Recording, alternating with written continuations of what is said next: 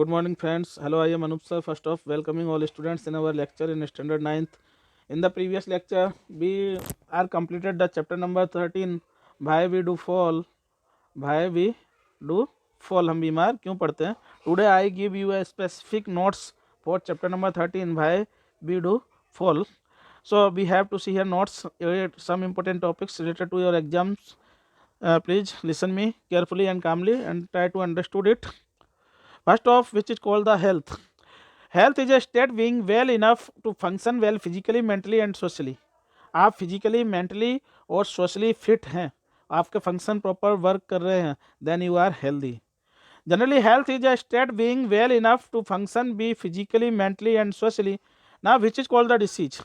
Disturbing as जो factor हैं आपकी बॉडी को, आपके फंक्शन को डिस्टर्ब करते to do proper work, that is the called disease.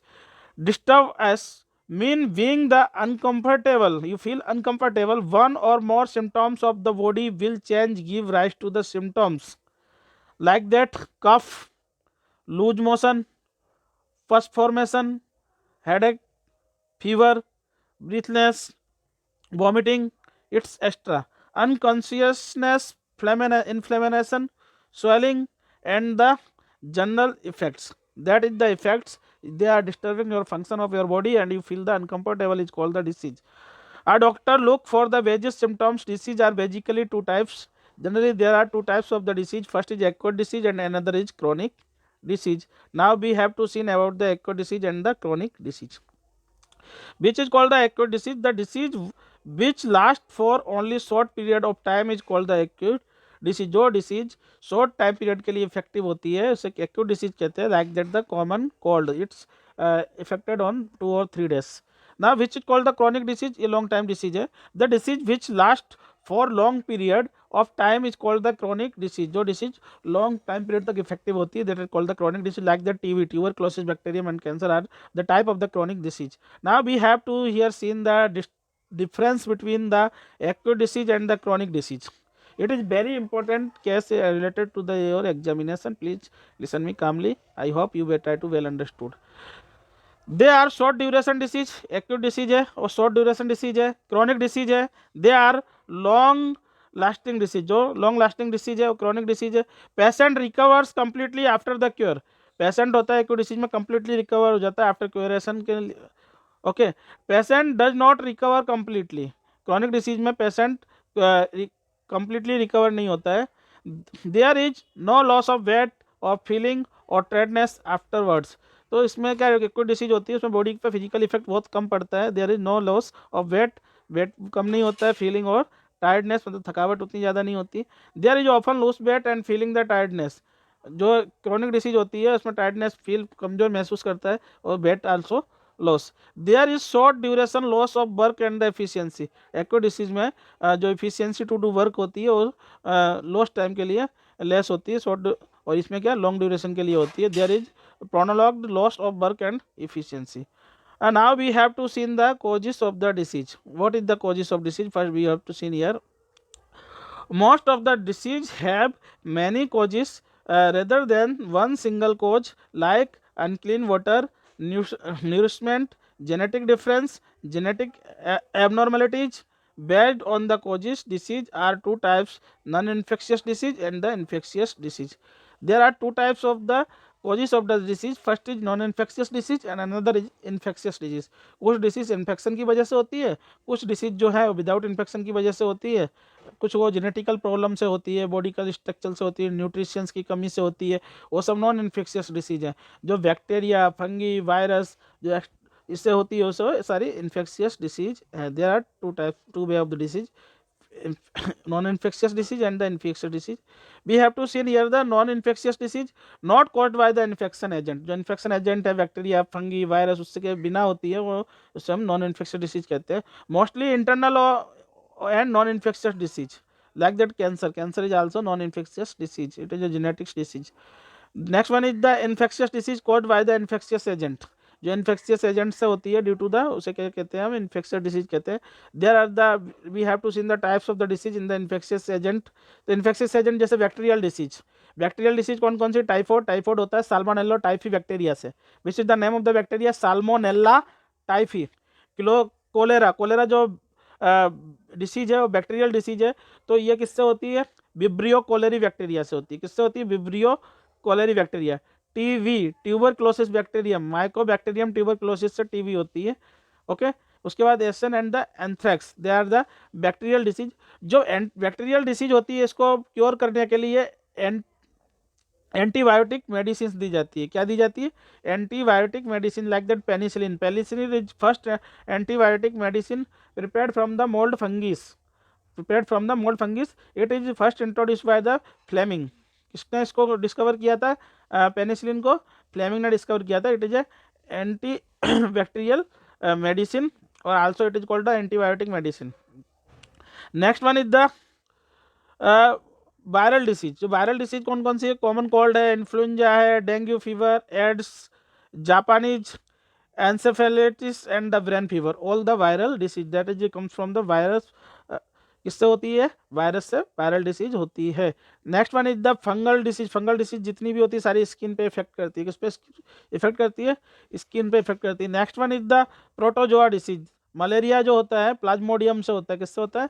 Plasmodium से भी होता है और एनाफिलिस मॉस्किटो के बाइट करने से भी होता है। Next one is kalazar and third one is the sleeping sickness. Next disease is the worm disease. Worm disease means worm से होती है।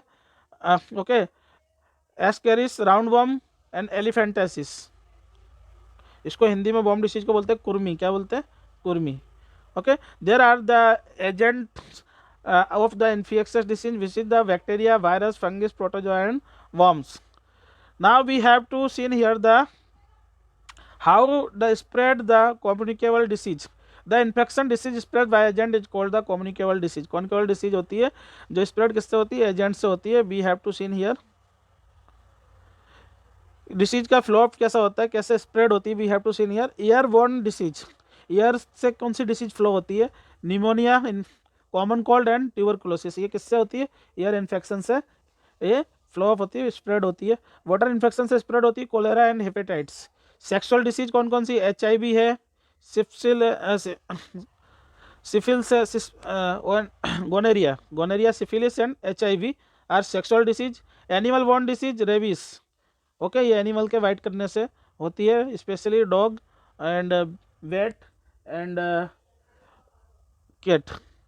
Principal treatment. Now we have to seen about the principle treatment of the infectious disease. First of the antibiotic.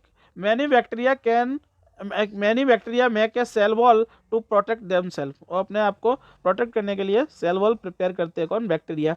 The antibiotic penicillin. Penicillin को discover किसने किया था? Fleming ने किया था। It is antibiotic medicine. जो पेनिसिलिन होती है blocks the bacterial process the build cell wall the blocks the biochemical pathways. Biochemical pathways से जो बैक्टीरिया खुद को प्रोटेक्ट करने के लिए वॉल बनाता है उसको क्या कर देती है? ब्रेक डाउन कर देती है। Antibiotics do not work against the viral infection. ये वायरल इन्फेक्शन में इफेक्टिव नहीं है, उसके अगेंस्ट में वर्क नहीं करती है। Antiviral medicine is harder than the making the anti bacterial medicine. जो एंटी वायरल मेडिसिन होती है वो किससे? एंटीबायोटिक मेडिसिन से क्या हार्ड होती है? Because virus has only few biochemical mechanism of their own. उसके खुद का एक केमिकल मैकेनिज्म होता है। Other medicine bring down fever, fever को डाउन कर सकती है। Reduce pain, loose motion. We can take bed rest to conserve energy. क्या करना चाहिए हमें? बेड रेस्ट करना चाहिए एनर्जी को कंजर्व करने के लिए। Now we have to seen here the principal of the prevention. How to prevent the different type of disease को प्रिवेंट करने के लिए क्या करना चाहिए हमें? First of following 3 limitation are normally confronted while treating and the infectious disease. क्या क्या करना है आपको? 3 लिमिटेशंस करनी है। First, one someone has disease. अगर किसी को डिसीज है, their body function are damage and may never recover completely. उसका जो डैमेज बॉडी फंक्शन हुआ है वो कंप्लीटली रिकवर नहीं होता है, तो वापस उस पर वो जो डिसीज होती है इफेक्टिव हो जाती है। Second one is treatment will time taken. Treatment time पे टेकन होना चाहिए, which means the someone suffering from the disease is likely to be the bed ridden for some time even if we can give the proper treatment. तो bed rest लेना चाहिए।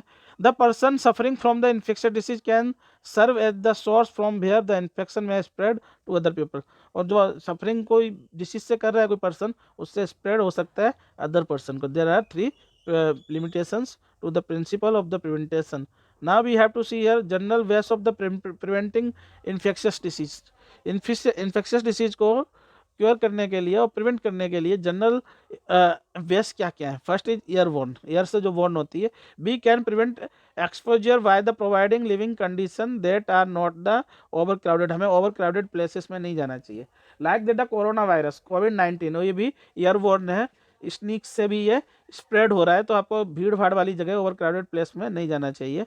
Water Warne, अब जो water borne disease है तो prevent by the providing the safe drinking water. This is done by treating the water to kill the microbes. The combination जो water borne disease है उसके लिए आपको ड्रिंकिंग वाटर कैसा प्योर पीना चाहिए, सेफ्टी प्रिवेंट होना चाहिए वो, उसमें क्लोरिनाइजेशन उसमें प्रोसेस होनी चाहिए या फिर आरओ बेस्ड होना चाहिए.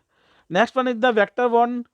We can provide the clean environment which would not allow the mosquito breeding. Okay, ये vector borne disease. There are three types of the disease, three type of the spreading of the disease: airborne, waterborne, and the vector borne. Now we have to discuss about the immunity, which is called the immunity. Now the time period of the coronavirus, it is a common word. Immunity boost करो. Which is the immunity boostation? Even in cell there is repair mechanism is called the immunity. आपके जो cell हैं वो repair हो रहे हैं mechanism में, is called the immunity. Immune cell manage to kill the infection agent. जो immune cells होते हैं वो क्या करते हैं, जो इन्फेक्शियस एजेंट होते हैं उसको मारते हैं. Like that small disease is eliminated by the developing memory cells for the particularly infection by the mimics the microbes is called the vaccine. जैसे स्मॉल पॉक्स है तो उसको मारने के लिए एक वैक्सीन प्रिपेयर किया था. किसने किया था? एडवर्ड जेनर ने. तो वो क्या एंटीबॉडीज प्रिपेयर करता है, तो जो स्मॉल पॉक्स के जो वायरस है उसको क्या किल्ड कर देता है. Means it is called the immunized. The basis of the immunization, if you had the small pox once there was no chance suffering from again. अगर इम्यूनाइजेशन क्या है, बेज क्या है उसका, अगर आपको एक बार स्मॉल पॉक्स हो गया तो दोबारा आपको स्मॉल पॉक्स नहीं होगा. बिकॉज ऑफ आपकी बॉडी में एंटीबॉडीज उसके प्रिपेयर हो गए हैं, आपको इम्यूनिटी उसकी प्रिपेयर हो गई है. जो जैसे ही स्मॉल पॉक्स के वायरस आपके अंदर एंटर होते हैं तो उसकी जो एंटीबॉडीज आपकी बॉडी में जो प्रिपेयर हुए हैं उसके ऊपर अटैक करते हैं और उसके वायरस को किल्ड कर देते हैं. Then now you are safe from the smallpox. If you had smallpox once, there was no chance suffering from again. Proper nutrition and essential to maintain the body immunity. Body immunity को maintain करने के लिए आपको proper nutrition लेना चाहिए और maintain करना चाहिए. There are vaccine against the tetanus, diphtheria, whooping cough. इसके लिए vaccine are available हैं. There are many disease की vaccine अभी मार्केट में available है. You can take it. Prevention of disease is better than cure. Hygiene is the basic key of the maintain the good health. Here some question, please solve it and write answer in comment box. In every questions, first is define health. Health की आपको define लिखनी है. Okay, comment box में. Name any two symptoms of the disease. Cough और loose motion किससे होता है, तो सिम्टम्स हैं, विच डिसीज के सिम्टम्स हैं वो आपको बताना है. The disease which last for only a short period of time is called. Okay, acute disease, chronic disease. Okay, right short note on the immunity. Please right all the answer in class notes and give as very well. I hope you well understood this topic. Now in the next lecture we started new chapters. Have a nice day. Please subscribe and like our channels and also share it. Have a nice day.